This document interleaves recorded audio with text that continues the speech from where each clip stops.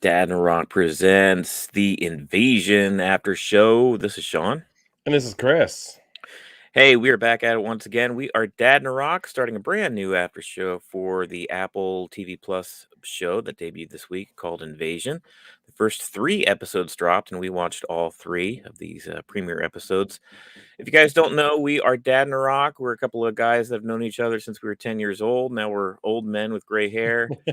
And we talk about the TV shows that we like. We also review and react to the latest big movie trailers that come out. We have an audio podcast, all kinds of things. You can check us out at dadnarok.com to find out more. But yeah, Invasion. How about it? Yeah, it's something new. We didn't know what we were getting ourselves into. And leave it to Apple to go ahead and drop all 3 almost hour-long clips on us Yeah, in one time. We're like, oh, right. okay. We're glad we pushed it off till today to go and do this show. Oh, Because yeah. there would have been absolutely no way we would Yeah, have been ready to do this show on our normal Friday nights. which is a good point. So from here on out, we will be doing the show every Friday at 10 p.m. Eastern Standard Time, as opposed to Saturday, as they release. I believe they release on Fridays, right? Yeah, they're gonna be released Fridays. This was just the one time they're just kind of drop, binge the first 3, and then they're gonna. I Yeah. think there's 7 more weeks to come of this. Which you and I were just talking about. I mean, we got pretty involved in these first 3 episodes. We got sucked in pretty Yeah, easily. absolutely. I mean, this was something. Okay, so my initial feeling after watching these 3 episodes, I got a strong World War Z feeling out of this. Okay, yeah. Not so much, obviously we're flipping, the infections of the zombies and everything Hmm. and dealing with an alien invasion, but I also feel it's going to be a lot more family centered rather than invasion centered, if that makes sense. Just like how in World War Z, it was all about Brad Pitt's character trying to find a cure to get home. Right. It's going to be like about this family from Long Island trying to survive, or the guy in Afghanistan trying to figure out what's going on. It's going to be circled around that. Individual human drama. Yeah. That Yes. takes place within a big backdrop of like the zombie outbreak and or in this case alien invasion, which, granted these first 3 episodes we actually didn't get much aliens at all. Yeah. No. We got Hey, Chris. Welcome back. yes, welcome back. We appreciate it. Yeah, we may have some carryover listeners and watchers and viewers from our previous after show. We did a Ted Lasso after show that we just wrapped up a couple weeks ago, and this is the latest big show to drop on Apple Yeah. TV Plus. And okay, well, I gave you my initial feeling from it from the first 3 episodes. What was yours? What do you think?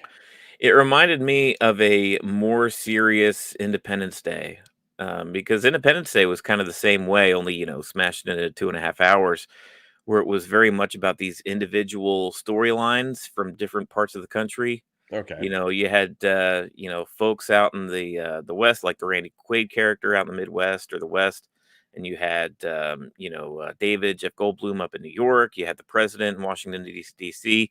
Kind of all these different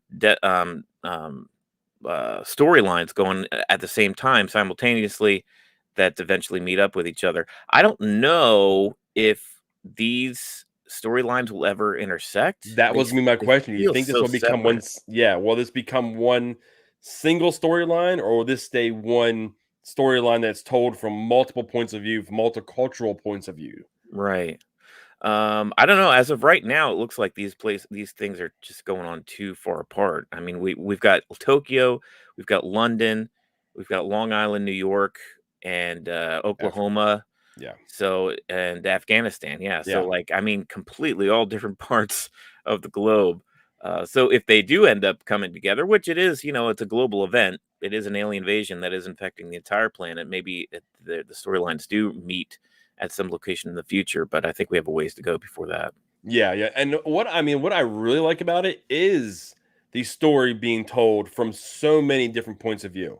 Like I Yeah, already brought up World War Z, and the biggest issue people had with that movie was the book was all about this happening in all these different points of view. right. So the movie became one singular point of view. Yeah, So it's nice seeing this, and it's not it's not hard to follow. Like, I didn't have a hard time following what was happening when they skipped from one scene to another, well, one storyline to another. I just kind of want to see it all kind of happen, and then them Yeah. all know it's happening. Yeah, you kinda develop an internal clock when you're watching the show because, like you and I were talking, it's kinda like the early morning hours into the first part of the day in London. It's, overnight hours in Long Island, so everything's dark, in New York. Yeah. And Afghanistan is, like, late in the day, kinda sunset hours. So, yeah, you kinda tune depending on what the lighting is of the scene to where you're at on the globe there. It's kinda neat. Christopher says, "No Australia, dang it." I mean, come on, Apple, Invasion, represent. Australia's a big place. But, But you want to just dive head first into this? I mean, there's a lot to kind of dissect and yeah, go through. there's a lot for us to cover. I mean, we're kinda smashing 3 episodes into 1 after show here, so let's get going. So we start out, with episode 1. The title of episode 1 is Last Day, and, a big portion of this episode takes place in Oklahoma with a very familiar face, if not a little bit older, Sam Neill of Jurassic Park. Yes, Even had his, big brim hat and everything and trying to do his, best American accent. he will not Uh, endorse this park.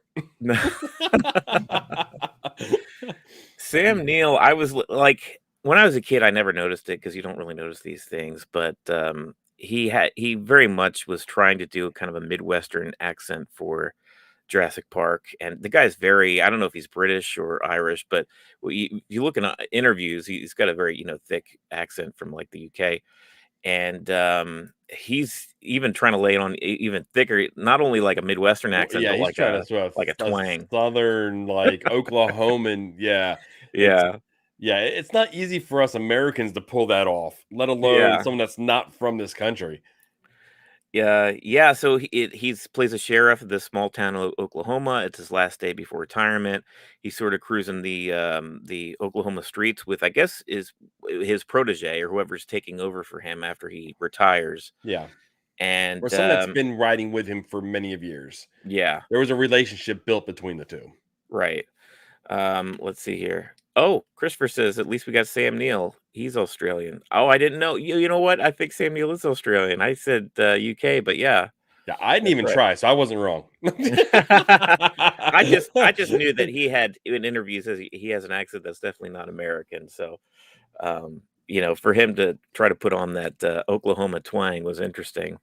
But yeah, Christopher says born in New Zealand. How about that? There we Hey, go. I Look at love that. Sam Neill. I can't wait to see him in the new Jurassic Park Oh no, movie. I am chomping at the bit for this new Jurassic Park. Yeah, to But have the old band back together. dude, we have way too much to go off the rails about I Jurassic know we Park. can't. We got to stay on task here. So they find this truck. Well, they visit this farmer. I guess this farmer called him out. He had some sort of issue. And Sam, as he's looking at this farmer's field, he notices these birds that are kind of hovering and doing this Yeah, crazy pattern, like unnatural zigzag pattern on top of this area. He climbs up this water tower to see what they're hovering over. And it's just this big divot where all the corn or whatnot had been cleared out. yeah. Looked like kind of a I mix thought like between something landing or a crop circle. It was I very thought of like strange. the early '90s crop circle phase that was going on. I don't know if it was just here in the States or if it was a worldwide kind of deal, but Yeah. that's the first thing that came to mind. Yeah, so, like, this huge area of just, like, sand where everything had been cleared out, and he goes over there, and there's this old beat up truck, which he recognizes, and it seems as though the drivers of that truck are missing, and he takes it upon himself the rest of the day to really kind of go after this and investigate where these guys are. Well, remember he was originally called to that farm because that guy said his truck was stolen, and he Yeah, knew exactly who it was. And he's got some nephews that aren't usually on the wrong side of the law. right. And then when he seen the circle, he went out there, and then they found it, and they thought maybe they just took off, and then they were like, okay, well, here's a wallet. So Yeah, there's things missing. There's things in the actual vehicle that if they just took off or they were, say murdered or something like that, would be gone with them. yeah. So things didn't add up. There was a lot of things that were kind of off about that whole situation. Yeah, so he and his replacement basically they go out, they partner up for the remainder of the day. They head to some I guess Looked I like don't a want to call it a meth bar. house. It was sort of, yeah, basically some dive where you could tell there's some bad activity there, some Yeah, maybe some criminal activity, some guys that aren't very happy or welcoming to the sheriff. And this guy lays into the sheriff, like really kind of makes fun of him and Sheriff Oldtimer or something like that. Yeah, yeah, just like, oh, my daddy used to like laugh every time you'd show up. And you get the feeling that even though this guy is the law, like to this certain they group didn't or take him whatever, very seriously. no, not at all. And afterwards, when they leave, Sam Neill, and I forget his character's name. I don't even have him up because, well, he's not in the other two episodes. Spoiler. So, Yeah, I just called him um, Sheriff. I the mean, that's all. sheriff. Like I don't Yeah, remember if they called him by. They had to have called him by name at least once or twice in the show. well, he's talking to his partner slash replacement after they leave this place, and Ah, Sheriff Tyson, Jim Tyson. oh, okay, Sheriff Tyson. There you go. Um, and Sheriff Jim, he's telling her the story of every lawman basically has, they figure out they have one reason why they became a lawman, why God chose them to be a lawman, right? Yeah. And he never found his purpose. Basically, he never found that for himself. Well, he He thought he did when they found Yeah, that girl that was tied up in that chair, and then the I think it was the governor was going to have some type of parade for him to be a medal, but 2 days prior to that happening, there was a terrible accident. Semi hit her and her dad in a car, and they both perished. yeah, So no, all of no that never parade, happened. right? Yeah, it is. Yeah, I would imagine if you're a young cop and you have something like happen to you, it would just probably take the wind out of your sails. As Yeah, far as like, what am I even doing here? Because life is so random and awful. Like, so maybe that's why he was maybe not an effective sheriff going forward. But yeah, after that tragic story, he's like, hey, this missing person, this is going to be my last chance, my last opportunity to be the one that kind of defines my career. And he's basically has this calling of God that he's gonna, yeah, you know, uh, solve this case before the end of the day, I guess. yeah. I mean, it's pretty Um, ambitious. yeah, it is. So he winds up going back to this cornfield later at night to investigate. And I guess we'll just take a look here at what ends up happening.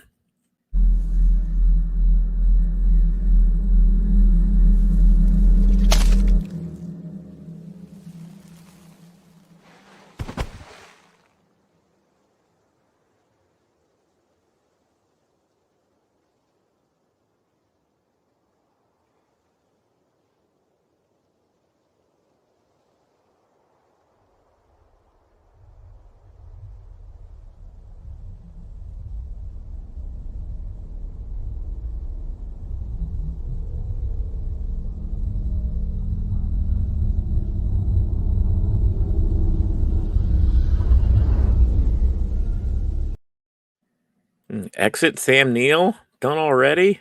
Dude, I don't know if I'm upset or if I'm not shocked. I feel it's almost bait and switch A little bit, yeah. because he was pushed so heavy in all the trailers and all the anticipation for the show, and then they give us 25 minutes maybe of them, and then Yeah, as far as all the marketing or much of the marketing leading up to the show, this poster that's behind me that I put, there's only basically two big poster images for this show so far. One of which is our thumbnail of Anisha, the mother, and her two children running down that street or whatnot.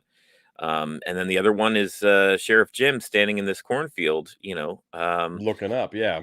and he seems to be done already. I mean, that seems to be like he was killed by something. It was the Y- predator. I don't know, some kind of cloaking device on it. I don't, it Well, was he weird. was he was in the middle of that circle, and he was looking for those kids. He looked up at the sky, saying, "Give me a sign, let me know something." He starts hearing things, and then he sees things starting to move in the sand. So he starts digging, Hmm. and the next thing you know, whatever was in that sand came up behind him. I don't know if it got him in the back of the neck, got him in the head. Just a kill shot, Yeah. and he was down. And you look up and you see that, like a cloaked ship, just kind of take off into nothing again. So Now we don't revisit Oklahoma. We don't revisit this storyline for the remainder of these other two, 1, 2, 3 episodes. The remainder of these first three episodes, we don't come back to the story at all. Like that's it. We don't follow up with the new sheriff. We don't see if Sam Neill is actually deceased. But my assumption is he's done, right? He's gone. Yeah, I've got a feeling we're done with that storyline altogether, unless they somehow circle back or say where NASA is not involved yet. Hmm.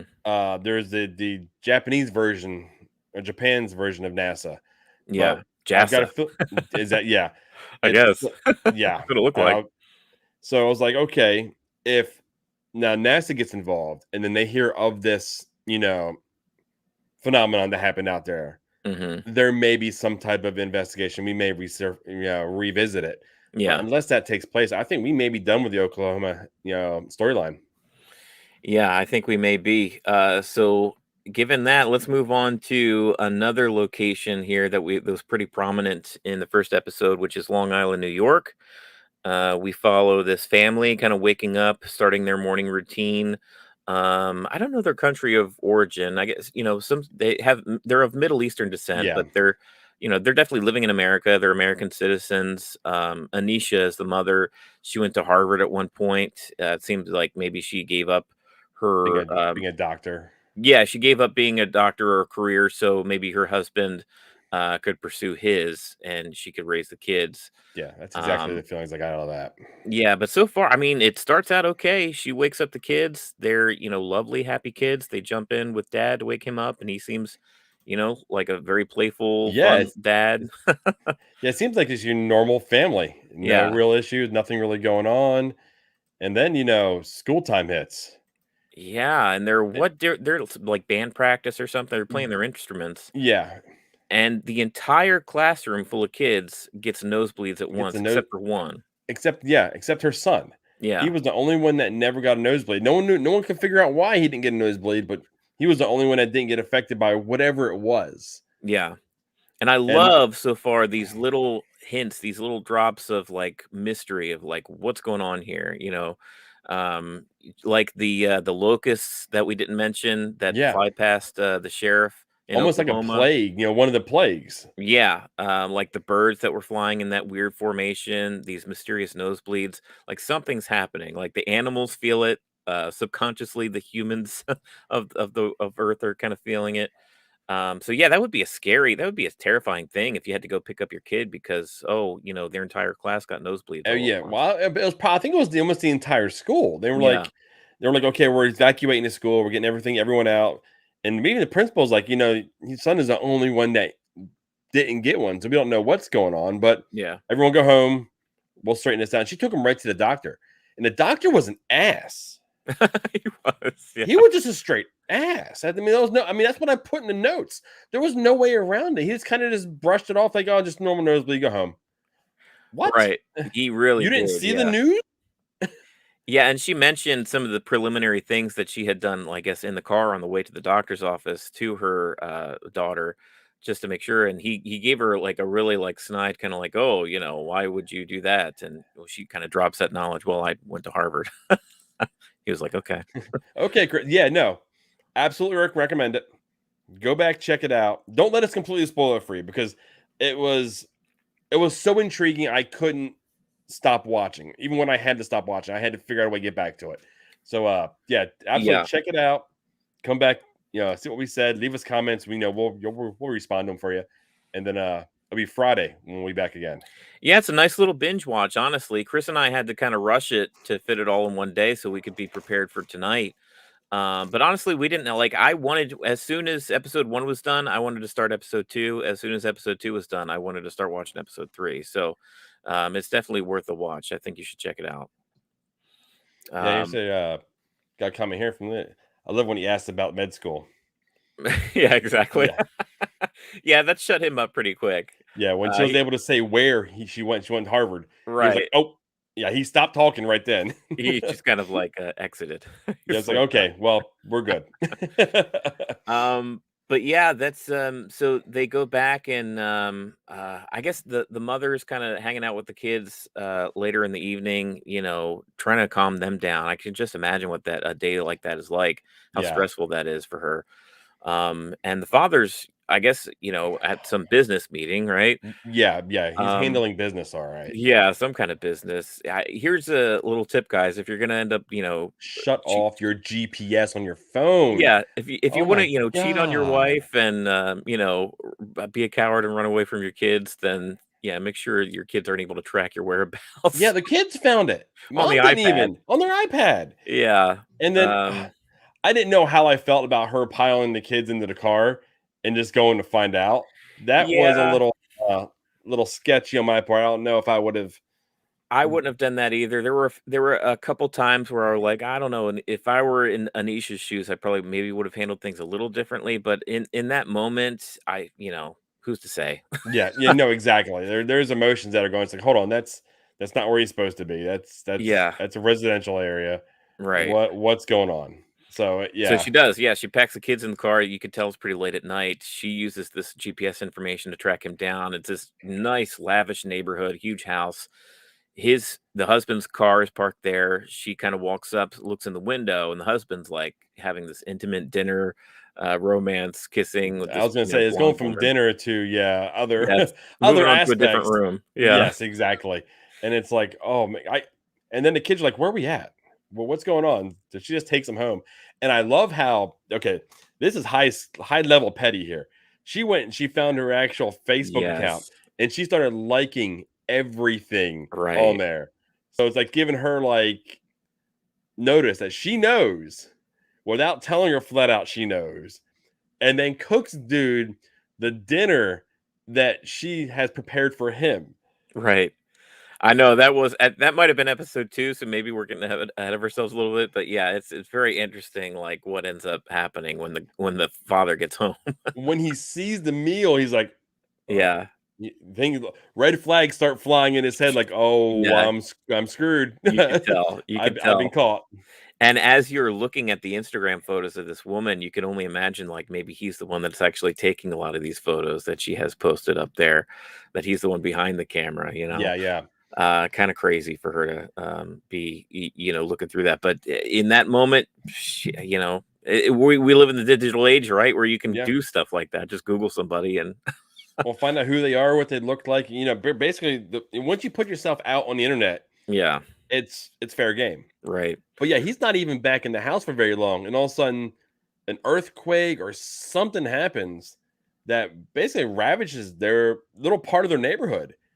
Yeah, it's scary, it's very distracting because 'cause they're in the middle of having this tete-a-tete, with, the cheating aspect, and they are, trying to have, like, a hushed argument as the kids are sleeping, but yeah, something happens outside their home, and it doesn't look good. Then it's immediate. Get the Yeah, kids, right. protect the kids, get the kids in the basement, and then was it she was gonna leave, and he wasn't gonna let her, and then he went upstairs just kind of check things out.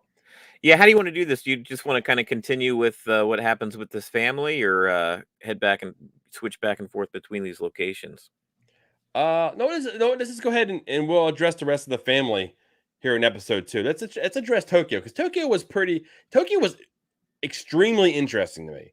Yeah. I thought that whole storyline was really good between the astronaut and I don't know if she was how far along into the system, the technician, or if like an assistant director She's like a or some communications lead or something, yeah. yeah, and a relationship they were having that was almost under wraps. Like very few Oh, for people would sure. have known that Yeah. that relationship was taking place. And we find out mom knew, Yeah. but that I mean, we found it out later down the down the road.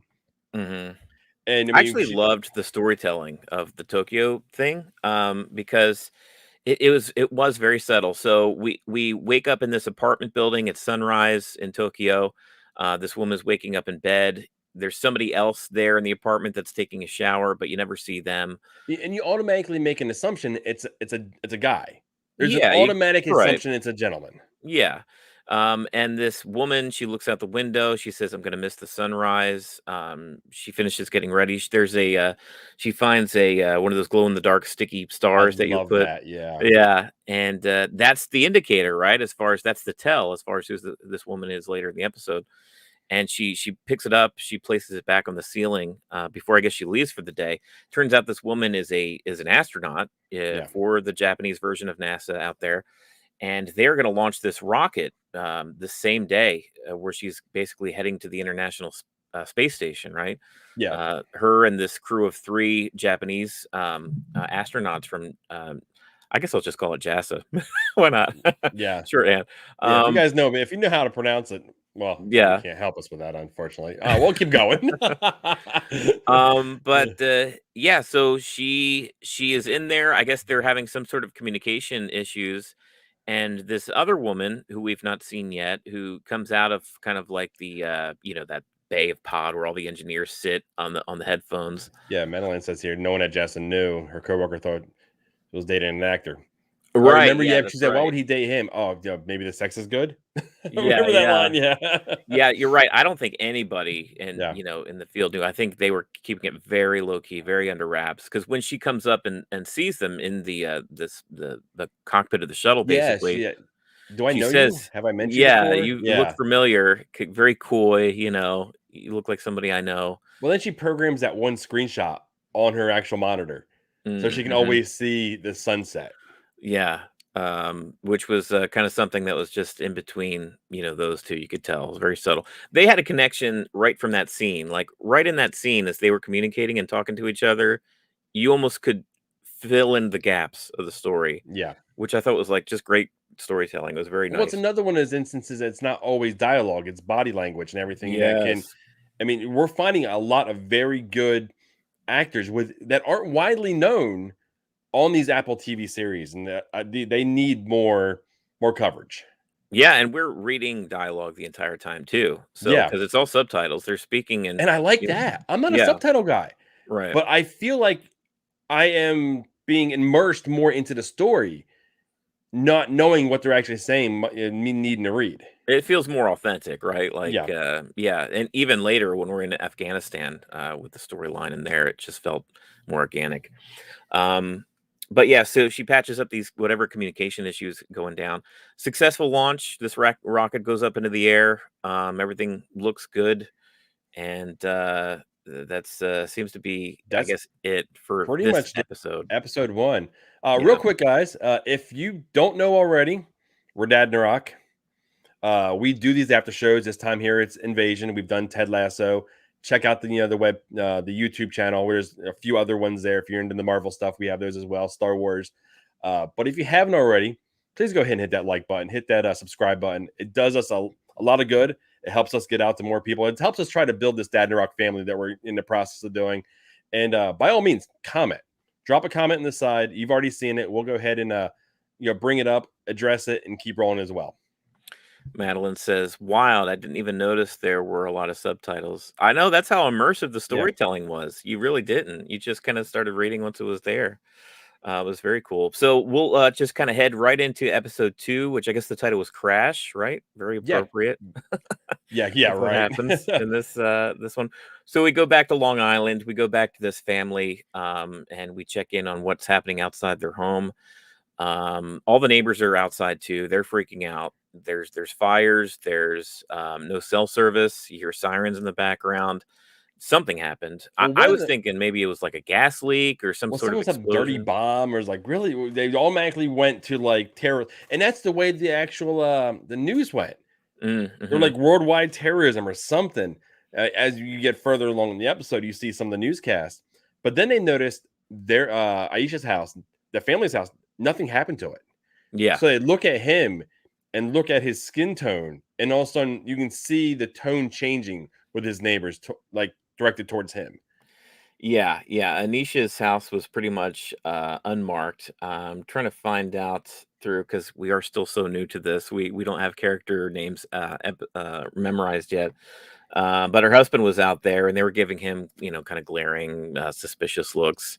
Even, we're 20 years post 9/11, but I guess the feelings are still there with a lot of folks. Yeah. Um, but yeah, they mentioned 9/11 a few times. Oh, this feels like 9/11. And But I can because imagine, there would be a ton of confusion. 9/11 was yeah, marked by an entire day of like just what is going on right now, yeah. and I can imagine the entire world is feeling like that I over couldn't this imagine 24-hour being in period. that like general area because I was in the South. I was in North Carolina when that happened. I Yeah, couldn't imagine living in New Jersey where we grew up and right. that happened, or being even closer in the mass Hmm. confusion that took place. So this will kind of be there right down the lines of that. Yeah. As he's kind of having this conversation with the neighbors outside, he can hear his boy, his son, screaming inside, and Anisha and her husband go back inside to check on him, and he is having just a really rough time. He's hearing voices, but Yeah. I guess they're incredibly loud. He's having to cover his ears, Yeah. and So he didn't get the nosebleeds.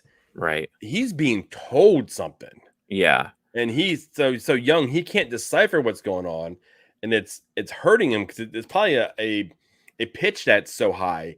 It's just really, yeah, just painful.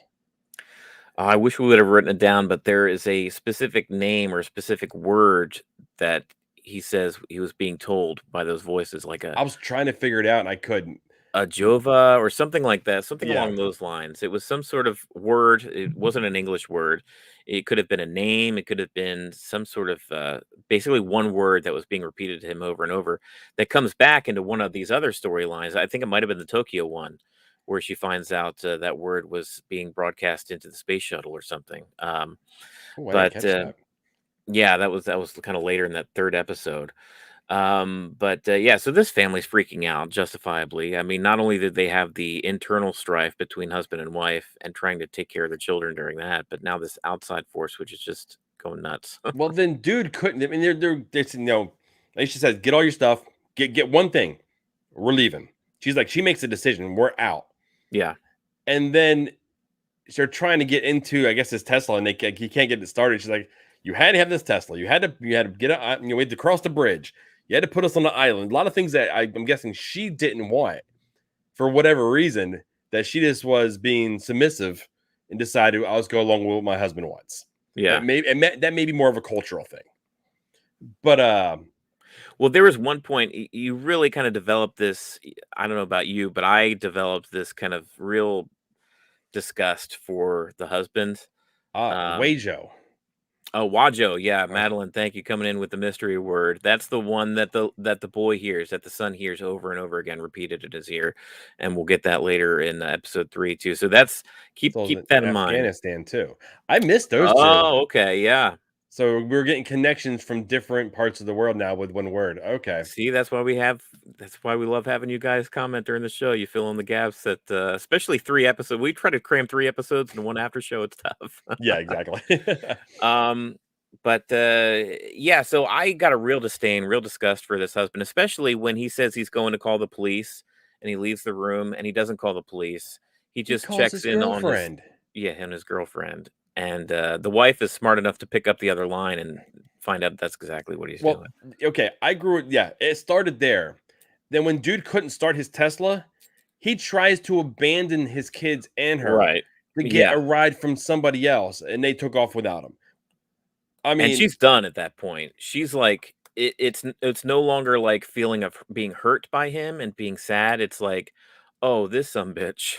yeah, exactly. Get your butt in the car, you child, you coward. We're leaving. So all of a sudden she's mama bear at that point. Yeah. And this guy's basically getting in the way between her and her own safety and the safety of her 2 kids. So it's like, if you don't get in the car now, I'm leaving your ass here, that kind of thing. Yeah, and So she I think he got it. And did you see her fumbling with her phone to go ahead and get the Yeah, she's like, "Give me your Bluetooth? And phone. I'll start the car. I'll figure this out. I'll get us out of here." She immediately takes charge, and the family's better for it. yeah, right here. I was shocked that she said get in the car. Oh, me too. I would have left him. I'd have been gone. There'd been no ifs, ands, or buts. You know what? I The think it only just adds another complication as far as the kids being like, "Where's daddy? Why did you leave daddy?" that would be I the mean, only reason I would think that she put him in the car yeah, because she didn't want to make the kids any more distraught than they already are. exactly. It's already nuts. Like, you don't need to add the fact if they're missing their father, do that to them. But if it was just there were no kids involved, it was just a married couple. Oh Yeah, yeah, she would have left him. yeah, That'd be you're yeah. done. And she may have hit him on the way out. If he was still sitting in the driveway, just put it in reverse. Right. But yeah, so that's the update here for our Long Island family here. Things are getting crazy. We go over to London for the first time, where we meet a young boy by the name of Casper, kind of blonde, pale, slight, kind of a little punk rock. He's listening to like Blink 182, like I know stuff it's that. Green Day Oh when I yeah, come Green around. Day. Yeah, that's Yeah. right. And yeah, it's just Immediately some I was like, I like this kid. yeah old school stuff. Not only that, he was listening to it on a Walkman, Yes. old school analog technology. So it That's why wasn't an it worked. iPod. Yeah, right. When all the electronics start to go haywire later, his doesn't. So he's got a small group of friends. They're all into music. That could He's be got telling. I'm just gonna put a brakes on real quick. what's that? That could be telling to them going back to old ham radios for Right. communication. Yeah. Because that's a through line that you get through these first episodes is that comms are going down. All our Yeah. forms of communication, whether it be your phone's Bluetooth talking to the car or satellite Landlines. disruption, internet, phone lines, everything's going down. The way we use to communicate to each other, Yeah. it's all very, which was something else from Independence Day. I'll mention. Well, I mean, real quick, we've been addressing the family, the Long Island family, Yeah, and when they were in the car, there was something we really didn't talk about because we talked about the bridges, and they're finally in their car and they're leaving, and they're taking off, and all of a sudden she's got to hit the brakes real hard because all of a sudden everyone stopped, complete gridlock, and they all get out of their cars and they're looking at something, and I'll show you guys what they were looking at here.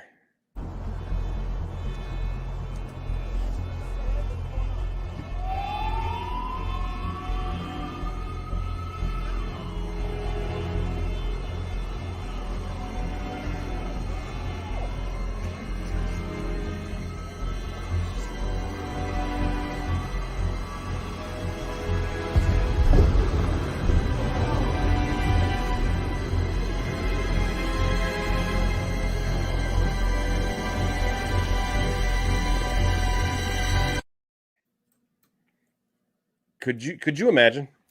Could no, could you imagine seeing a city like New York, Chicago, LA just go dark? completely black. You were scared we missed it, weren't you? But that was episode 3, technically. Oh, whoops. We Okay. just weren't there yet.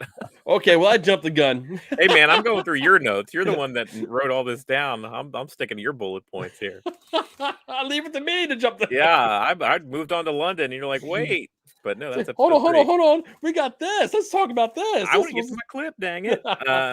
Yes, but yeah, no, you're right. I mean, that's completely scary. You're outside of a major metropolitan city, and goes completely dark. That's when you know stuff's bad. Yeah. Stuff's getting bad. We don't know what's going on. But yeah, that's kind of where we're going to leave that family for the time being. We got a couple other locations to go through before we get back to them, including London, which you mentioned. This kid, it's kind of a standard scene. They're leaving the school. I guess they're going on some kind of field trip. It's like a private Um, school or something. yeah, and the boy, he has a bully. He's got some kids that pick on him. He's got this girl that he likes. He draws her as a superhero in his notebook, right? And she wasn't Um, creeped out about it either. She thought it was actually pretty cool, which was nice. Usually it'd be an immediate creep out, like, oh, dude, like in these type shows, there'd be no like softness to it. They'd be like, oh, yeah, get away. well, you could tell. I mean, he's super talented. Like, it's a good drawing, and so it was interesting. And another one where he's like, he's just shy about it. Yeah. He's like, you weren't meant to see that kind of thing. And Well, she's like, who's this back here? Like sitting on the moon just by him, basically drew himself. yeah, He's like, ah, it's exactly. nobody. You're right. You could And tell this she, kid doesn't have a very high opinion of himself. yeah. Very shy, very but he's a kid that gets picked on all the time. But yeah, that's these kids. They're on this bus ride. Their teacher, I guess it's their teacher, the one that's driving the bus, which is just kind of strange. I don't know how things work in the It UK, may have but been maybe just the been a bigger bus. van. It may not have actually needed to be. If it had to be a bus, it may have been something different. But I think since the size of the vehicle, it could have been just a teacher. True, yeah. So as we mentioned, all the electronics, they're listening to music, they're on their phones, everything goes haywire, and he starts to have a seizure. This Casper kid. Yeah. Something happens where he's had these pills that he's been taking sporadically throughout the morning here. I don't know if I mean I'm assuming they have something to do with the seizure that he Yeah. has. And seems like he's starting to run out because those pills are kind of just rattling. Well, I It- think it has something to do with them bullying this kid's bullying him earlier, and he dropped right, him. So he may Oh, that's not have been right. able to get them all back. Yeah, that's true. So he has a seizure, which distracts the teacher, the bus driver, just long enough for him to basically there's meteors that come down and crash Yeah. right in front of the bus. He has to like steer out of the way of that, and in doing so, they drives him right off a cliff. I thought they were all done. I thought Oh that was yeah, it. I thought that was like episode 1 where we lost the sheriff. I thought we just lost this, this bus kids. yeah, I thought that was that. And we were moving on. yeah. Madeline says it looks like he's epileptic. Yeah, yeah, that's the feeling that I got too. But I, which is given their situation going forward, it's a little scary. It's a lot scary, honestly, Yeah, with yeah, everything that's definitely going not. on. He has got what, one pill left, I think it was, Yeah, in his medication. So yeah. So we don't really revisit them or see what happens to this bus until the next episode. Then we get back to Tokyo, where it's kind of early morning going into the next morning. We see that the shuttle has lost all contact. actually Don't you think the created the meteor whole. actually created the hole that created the cliff? Oh, I didn't notice that. Maybe. Well, I It know seemed to he like veered off to the left, so I don't know if it was. Yeah, I mean, it very well could have been. it seemed like Like, where they landed, it was very they were like surrounded on all sides and it was very difficult for them to just like climb up out of it. It seemed like they yeah, were like a trapped in this sinkhole landscape. type setup where there was no. Yeah, Yeah. It's possible Meteor would have created that. But yeah, I didn't get that impression watching it, but I'll have to take another look for sure. yeah. Seeing that they Um, all came in, it distracted them. So, and they landed to the left of the road. yeah, So you've seen them coming across really. So right. it very well could have been, one of them that created that crater. Yeah.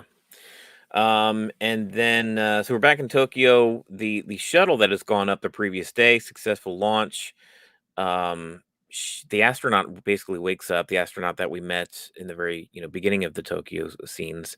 She wakes up. She watches this video clip that was provided to her by her girlfriend, and she saw smiles and then a huge gaping hole in the side of the shuttle. Yeah, and just rips it all out. Um, And then you see the ring in like mhm, what those tape chains, dog tags are on. right. So and you see it just kind of float away.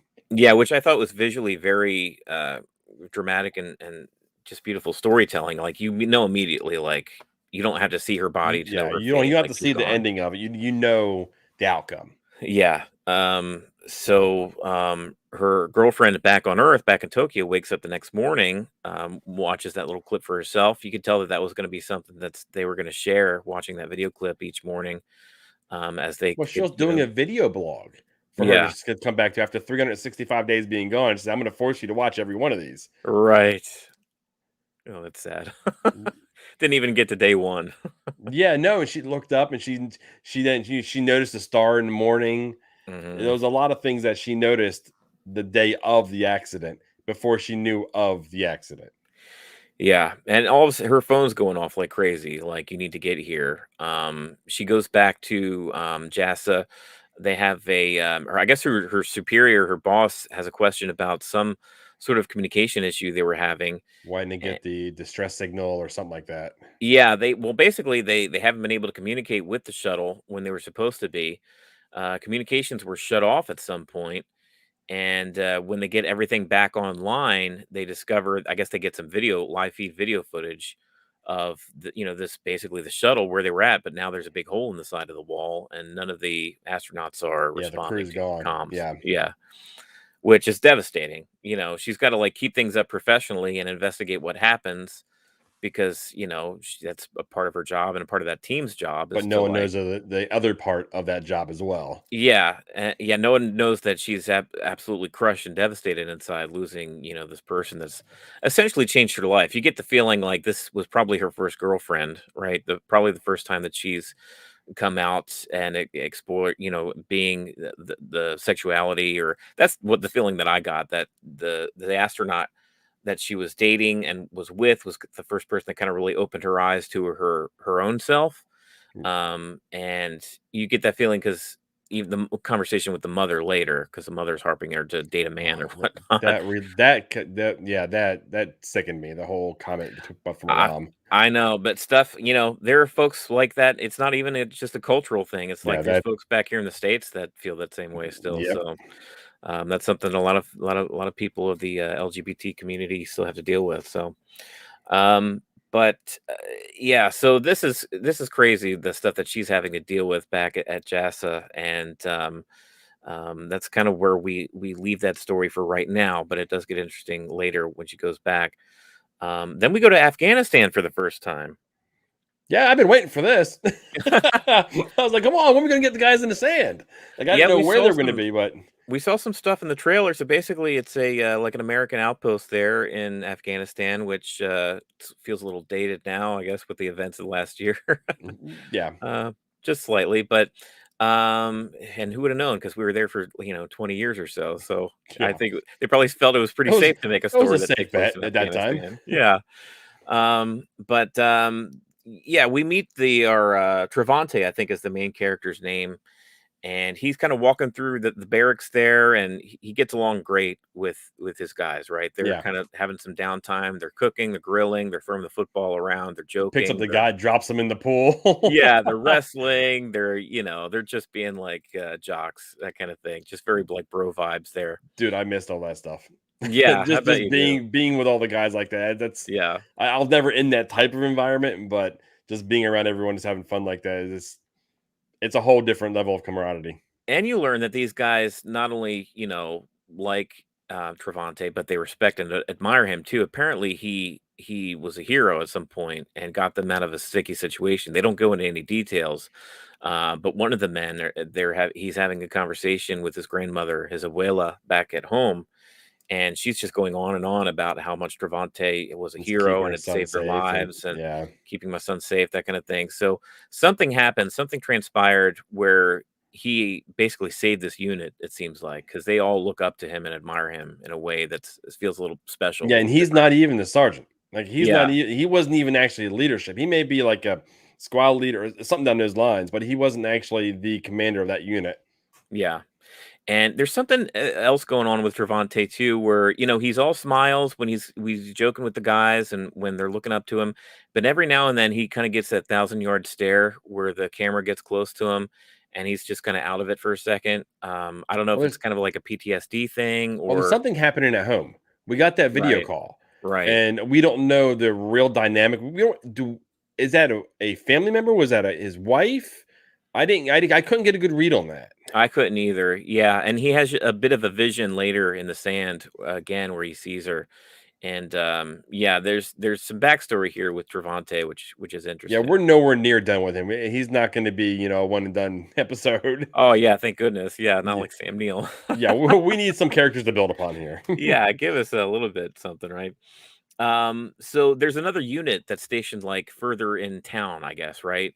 That's gone completely dark, this entire town, and they investigate. So they pack up, they get in the Humvees there, they head into town, and everybody's hiding. It's like a ghost town. Yeah. And so finally, some Well, then the citizens, worst case scenario happens. They all come out at once. right? And the first thing that these guys do is defensive Yeah. because you don't know what are they bombarding us? Are they get something going to happen? So you automatically go into self-preservation. Well, I'm sure there have been plenty of times, and it is scary. That's real life terror where any number of them could have had bombs strapped to them at any point, and as they're getting closer, that's they have to take their precautions, right? They're Yeah. just telling them to keep it safe Well, I distance, had the stay back. worst case scenario in my head when that lady came out in black.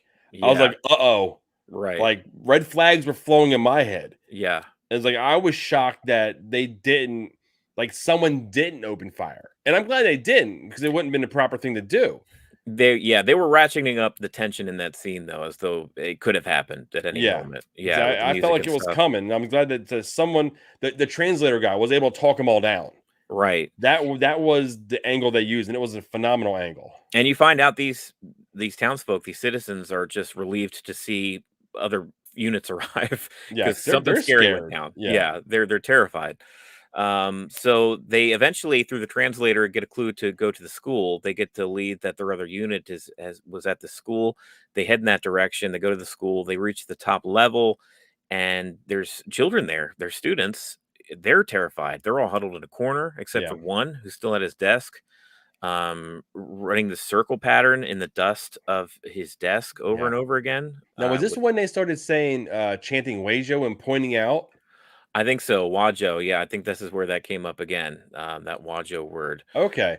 Now, thinking back about it, I don't know if I was keying in on it. I was kind of, I was caught in the tension Me too. of Yeah. the whole situation. Yeah.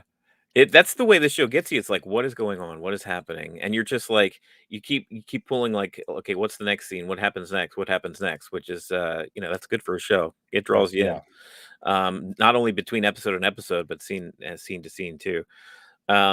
So um, I think Travante he takes a look at the base. There's this huge gaping Like a opening whole. of the Yeah. side of this room, the schoolroom, and they look out and there's this huge dust storm out in the distance, which this they make their way to. Yeah, Madeline. Space Oh, Flight there to we Style. go. Yep. That's where it Yeah. was. Okay. Now looking back, yeah, hindsight's 2020, I guess. Um, so yeah, they go back and his unit now they make their way to this towards this dust storm, and I don't know if it just happens upon them or the dust storm moves, but all of a sudden they are in the thick of some crazy Now, this is where I sandstorm had a around. little bit of issue knowing, like, you're not breathing in that. No, You yeah, have nothing covering your face. There's no way you're gonna suffocate. yeah. So the fact that they were in it as long as they were before they busted through that wall, It seemed like they were um, in there forever. yeah, and it may have only been like 10, 15 seconds, and they may have been able to draw it out just for dramatic effect. Yeah. But it was sand coming from the bottom up. Mhm. It was being sucked into them, and then when they I bust, noticed that too. Yeah, the sand, you could tell the sand was going upwards. It wasn't yeah, like raining down on them. Yeah, it and then was. they bust through that wall, and all of a sudden they see that like ship-like thing, and it's not like an alien ship that we would immediately think of like an alien type ship. So I'm pretty sure they're not thinking alien ship, but they're not thinking. They don't know what they're thinking. Well, this is the first time that we as a viewer get a good look at whatever is invading the show Yeah, Invasion.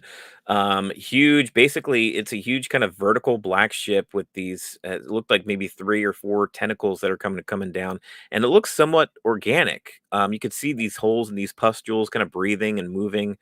And as they're opening, they open fire on the thing just because they're so confused and panicked. And right afterwards, it releases this huge like sound wave yeah, kind of down defends below itself, and itself. yeah, Yeah, and blasts them out completely from where they stood. And afterwards, Travante can't seem to find any of his other men. yeah, he's the only one left, and he's basically picking himself out because he was buried. Yeah, He also had a wound in his shoulder, right.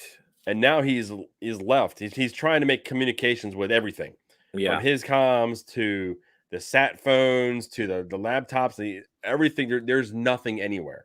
So why he left the actual vehicle, I don't know. They didn't explain that. Like, I would have gotten back in that if it can get us out there. I figured it'd have enough juice to get us back. yeah, and this is where we dive into the third episode here called Orion. So Travante, he can't find his unit. They're nowhere to be found. He starts walking the desert. The desert sun gets the better of him, and he ends up collapsing. Yeah, And luckily, I think maybe it's the same character that we were introduced in the very first scene of this show, very first scene of episode one.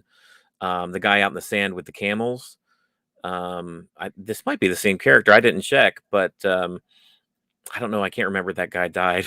But you remember the episode one opens up in the desert with this guy and his camels seeing something in the distance and walking towards it, and then they move on to Oklahoma, I think. So this might be the same character. I it have to very double well could be check. the same character.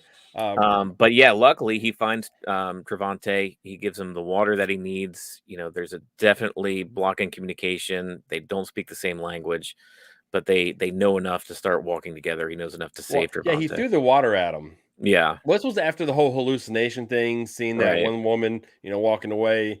Uh, he was pretty much dead. Hmm. He was gonna die, and he was already, mirages were popping up. It was over. And Hmm. then this guy comes in, and then he's in the same mindset of like, okay, is he here to hurt me? What's going on? Is he gonna capture me? What's going on? Until he throws him the water, and then he Yeah. realizes, okay, we may be cool. Right. Yeah. And that's how it's kind of a rocky, building trust relationship the remainder of the time that we're together and that we're as a viewer in Afghanistan the rest of the episode too.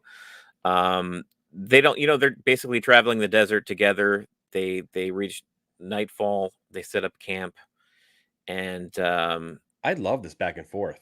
yeah, I did I too. really, I really enjoyed this conversation between the two of them. Yeah, Neither of them knew exactly what either of them were saying, and they both acknowledged that. But yeah, they were, the Afghani was happy that he had someone to talk to and just right. listen, even if he had no clue. And the only word that they really knew what they were talking about was Orion. Exactly right. And I think it almost felt they knew the gist of what each other was talking about, just the tone that they were delivering their lines of dialogue. It was very, very wonderfully shot scene and edited scene, how they were both going back and forth with these individual stories that they were telling each other. And yeah, it was very cool. The show has done some cool things as far as storytelling devices that they've done so far that are pretty interesting, that I admire. But yeah, anyway, so these two are kind of growing, to learn to trust each other a little bit after as they're under the stars. We find out that the Afghani, he had named his daughter after Orion, and ended up losing her to a sickness, Yeah. just a few months prior to us joining him here. I don't know if that's anything related to the invasion or not, but just a little bit of backstory for him. And do you remember what the story was that Travante was telling him? Uh, Something about his, oh, maybe his first date. Oh yes, first date, going out into like her house that was in the middle of nowhere. The parents weren't home, and he was, being a young guy, he was like, "Oh, okay, Yeah, fine, this is gonna be nice." And then nice, and and then they started just staring at the stars and right. looking at Orion and all the other like formations in the sky. I can't think of Yeah, their name. Yeah, whatever they are. yeah. Looking dumb. So that's where we leave these two at nighttime in the desert. A little bit of time has passed, and before we find if any of his other men in the unit are even still active and alive. Yeah, It's we hard have to say no at this idea. He point. doesn't know what's going on. Yeah, They may have been just knocked out somewhere that he couldn't find, right. or they were buried to the point where he couldn't see them, but they were still not buried deep enough that would they would die from it. Yeah, So it's definitely going to be that whole Middle Eastern, you know, area is going to be interesting to see how they proceed. yeah, and it's funny because each one of these locations, each one of these storylines, I'm totally invested in. I'm like, so when we move on to a new scene, I'm not like, oh, let's get back to knowing more about the other scene. Each one, I'm like, okay, here's a new nugget of information about this location, these characters. Yeah, So it's pretty cool that each location and storyline you're able to have equal interest in, yeah, which is yeah. a good sign. Hey guys, real Um, quick, if you made it this far with us already, awesome. Thank you. Hit that subscribe button. Every Friday, 10 o'clock, we do this. We're going to do it, the length of the time we're doing Invasion. So good for you. We appreciate it. And drop comments. We'll respond live on you. So where are we heading next? we're going back to Long Island to check in with our family there, Anisha and her coward husband and her two kids. They're stuck Mhm. in traffic. This is when the city goes dark. Oh, this is when the city goes like Yeah. I wouldn't have guessed, I did all that work and I was so scared that we were going to forget the clip. No, here's what happens in episode 3. But yeah, the way she drives through traffic is pretty incredible. It's almost like an action scene out of a movie or something, where she's like just like going around traffic, going through lines, following ambulances. She's like Yeah. John McClane. Oh yeah, she wasn't putting up with it and she was ready to go. Yeah, she was like, Like, "I'm getting out of this city. You had to be the one to tell us to live in a place where, we had the to only way to cross a get out was bridge a to get bridge." to. Yeah. Yeah. At this point, she's just over the husband. She's just like chiding him back and Well, forth, they and had the she's whole like intersection, no, the whole like gas station interaction, yes, which was which I'm crazy. shocked that they stopped. Yeah. But she told the kids to go get something. I'm like, I wouldn't. I mean, I'm very, very like kids have fun, go by yourself. I don't think I would have left their side. You know, No, not with this wildness going on. yeah, there was Yeah. no way I think I would have left the side of those two. But she looks outside and he's picking a fight with two guys, or two guys notice him, and all of a sudden, because at this point now the news is absolutely has pushing it is a nationwide, terrorist attack. Hysteria is starting. Yeah. Yeah. People are going bonkers. So And this country automatically goes to what happened in 9/11.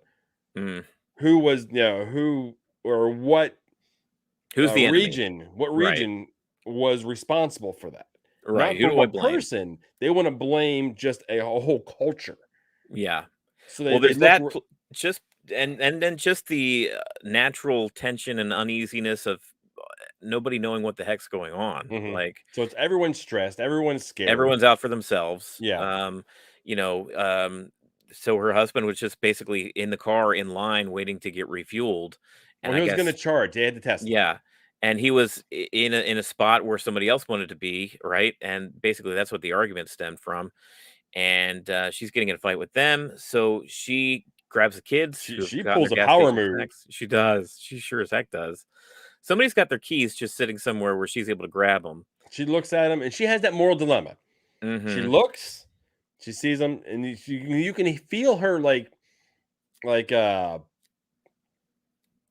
her thinks worry about it. about herself, and then the Yeah. worry about the family that she's gonna take the keys from. Because when they finally take the keys, and she said, "We're going, everyone go, we're going." Right. She finds a car. She tells douchebag dad to get in the car, and they go. And the little girl pulls out like a unicorn stuffed animal, Mhm. and you realize this. You know, it dawns on you as well. You know, this family. There was a family with this car. Right. It wasn't just you know a random dude from Brooklyn.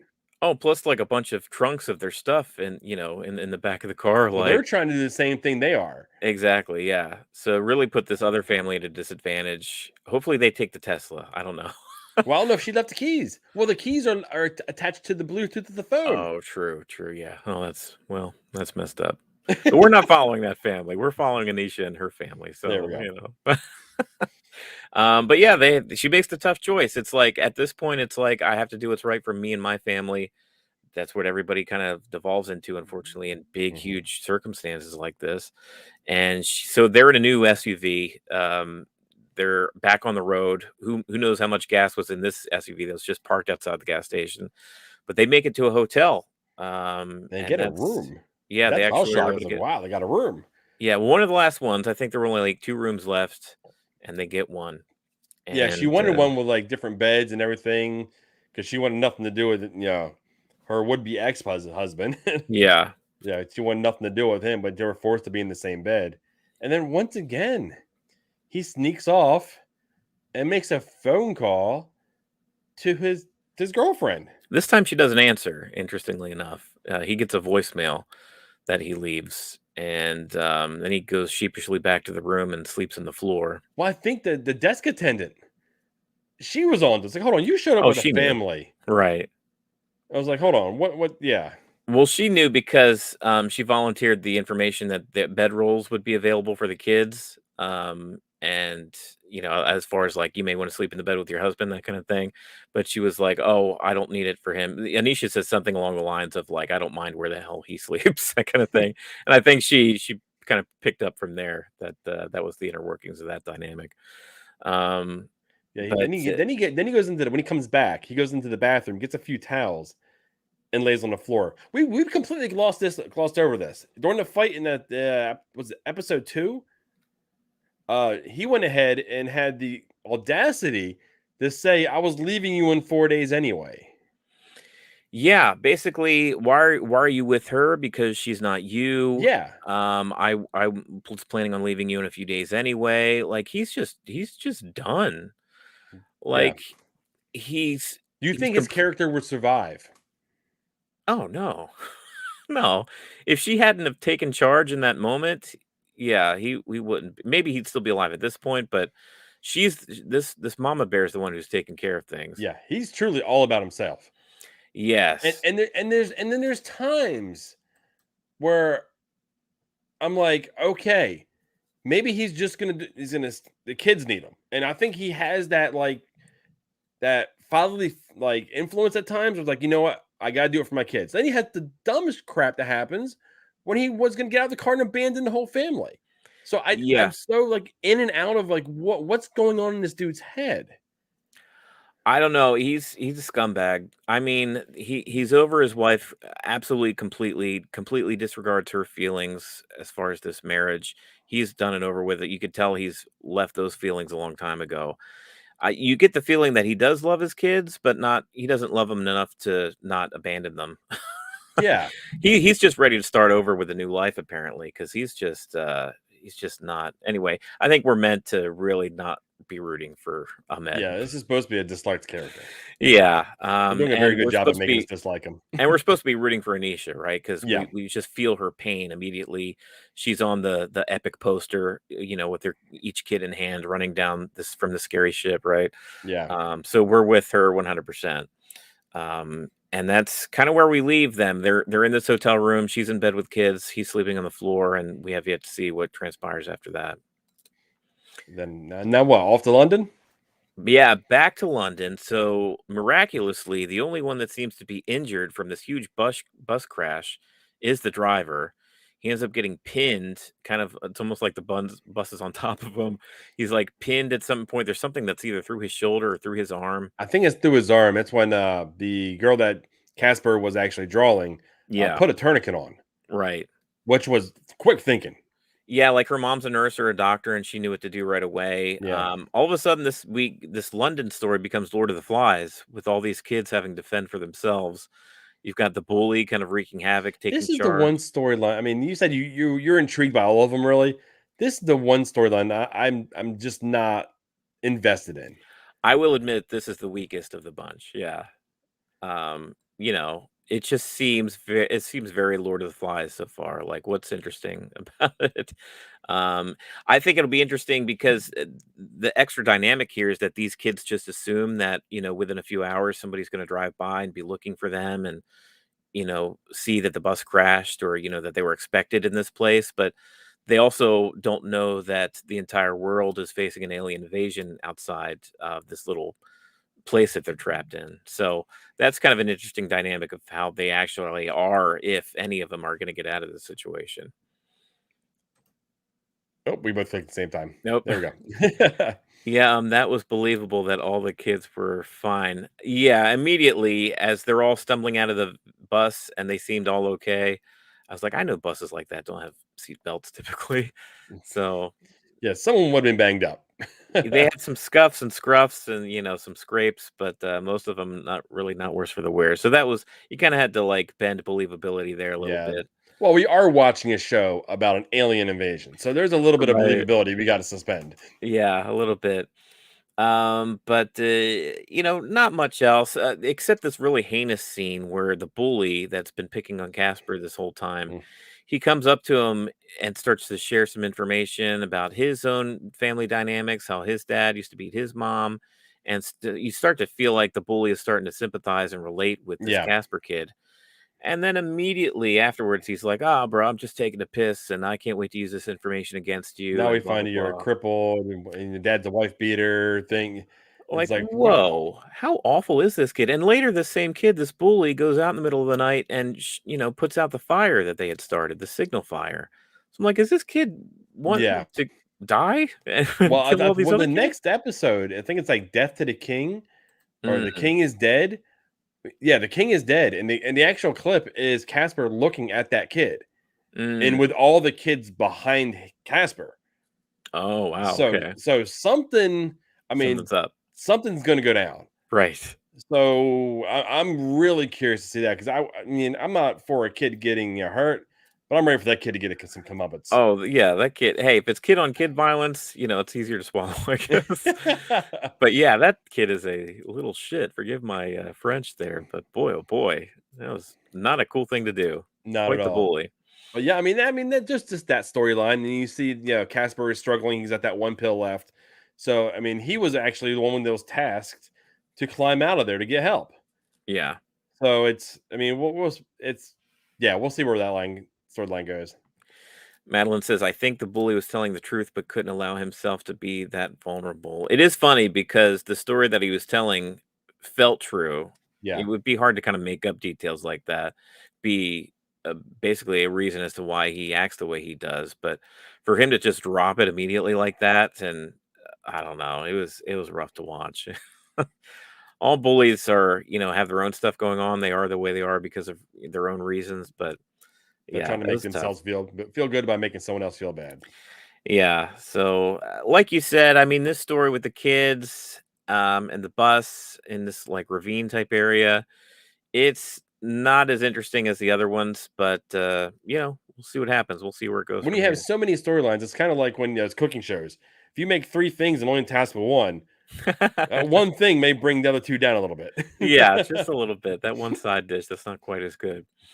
So finally, last location here in episode 3, we go Back back to to Tokyo. Tokyo. And boy, she's a hard time. The girlfriend here. I forget, trying to find scramble and get her character's Yeah, name. she when we came back to her, she was just kinda in the shower, just laying Mhm. on the floor of the shower, fully clothed, and it was just she's had it rolling on her. Yeah, I think her name is Mitsuki. That's the Okay. character's name, Uh, Mitsuki Yamato. Because she's the driving force here in Tokyo, I think she deserves a name check. yeah, Um, yeah, no, you're right. so she has a hard time. She goes out to this club where she may have met the astronaut. Maybe they've Mhm. gone to before. And She gets drunk. She getting gets sloshed. drunk is putting it lightly. Yeah. She is getting hammered because she's walking through the streets, and then all of a sudden it's playing on all the news how this was supposed to be, a big victory for the space travel and for Mhm. Japan, Mhm. and how it went terribly wrong, and now it's a blemish, and all of this, and she's a part of that. But the underlying story is she lost her girlfriend, Right. and no one really knows that, and she doesn't have the I don't think she has the ability to tell anybody or actually really grieve. The Mhm. only one that knew was her mom, and her mom was like, "Oh, maybe it's a good thing. It's a clean slate. Now you can Right. date Her a mom man." was completely insensitive. She tells her mom to get out of the apartment. And yeah, and at this club, she even sees the astronaut. She sees visions of the astronaut, basically this other girl, which she takes back to the apartment. They have intercourse that night, but like right in the middle of it, she kind of snaps out of it. Yeah, And she realizes that this person she's with isn't her girlfriend, and she forces her to leave. And she's having a rough time of it. You could tell the next morning wakes up in the shower, totally hungover. yeah. She cleans up, and Yeah. then she goes into work, and then she finds the government taking Hmm. over everything, Yeah. and she's like, "Oh no, this isn't happening." She grabs a file, the key, the actual like access card from Right. like the actual director, and runs to, like, to the server room. And I don't know how she locked him out, but that was a power move. She's like you could tell that she's so competent that she's probably in the wrong position. Maybe she was held back because she was, a woman or something, but Yeah. she knows her way around and knows how to do things that are probably even above her position there at And that JASA. one dude followed her. I was like, okay, bud, do you really have like career suicide going on Yeah, right he's now? like, "Well, I'm stuck here now," so it's like and she even Well, tells him, like, "If you wanna get out of here sooner, you need to help me." So basically she hacks their servers or whatever. She finds the video files of the exact moment that the thing crashed into the space shuttle.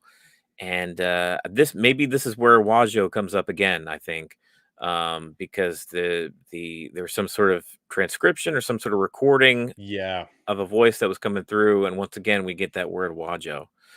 And that's where episode 3 ends, I believe, right? Yeah. When all of a sudden we seen that and she's now narrowing down that like waveform, I'm like, Hmm. that's when, oh, I gotta wait a week now. Like I know. I mean, Yeah. I'm not a binge watching person. We've been through this a lot of times on other shows, and I'm like, you know what? We enjoy the weekly because it gives us an opportunity to do this for everybody, and actually talk back and forth with the community. But it's like at the end of that episode, I'm like, man, I want more. I Yeah. want to know I want to know what happened because they got in the room. Will anything that she shows them make any difference, or will she immediately be arrested? Exactly. Yeah. Because very arrestable offenses that she's doing there.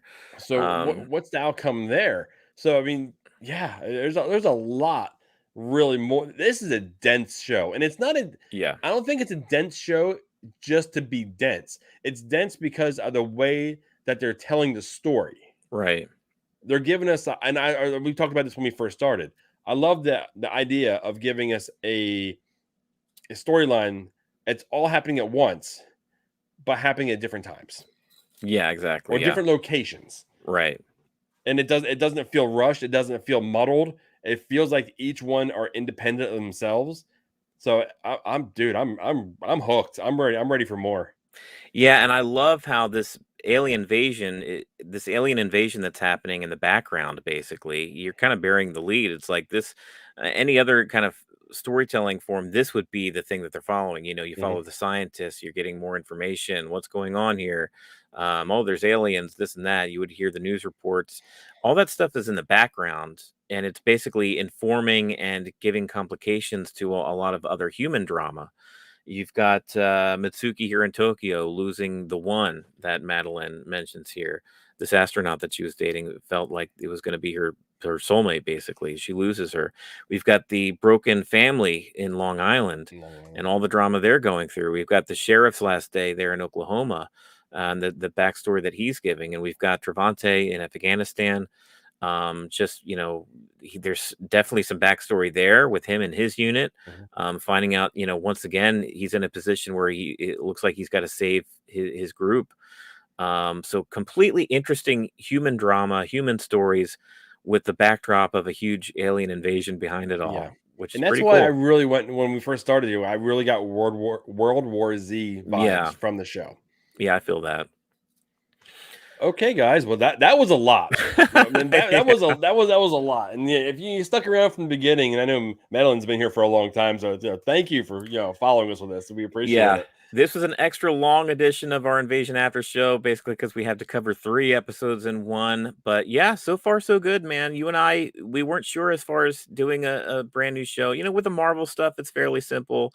We'd already seen season 1 of Ted Lasso before Yeah, doing season we 2. dove into this dark. No, We no, did. just trailers. We're like, you know what? We're gonna get into it, and we're gonna go. And I'm happy we did, honestly. Me too. Yeah. So far, so good. So join us here every Friday, 10 p.m. Eastern Standard Time. Me and Chris will go live on Twitch, Twitter, YouTube, and Facebook to discuss Invasion on Apple TV Plus. It comes out every Friday, so be sure to catch up on those episodes. And I don't know, as far as who we are in Dadnarok, you can visit dadnarok.com to see everything that we do. And if you haven't already, please like and subscribe our page on YouTube. Okay, and lastly, oh, he said it. Subscribe. Thank you. And I guess until we see you next week, guys, go ahead and keep it cheesy. See ya.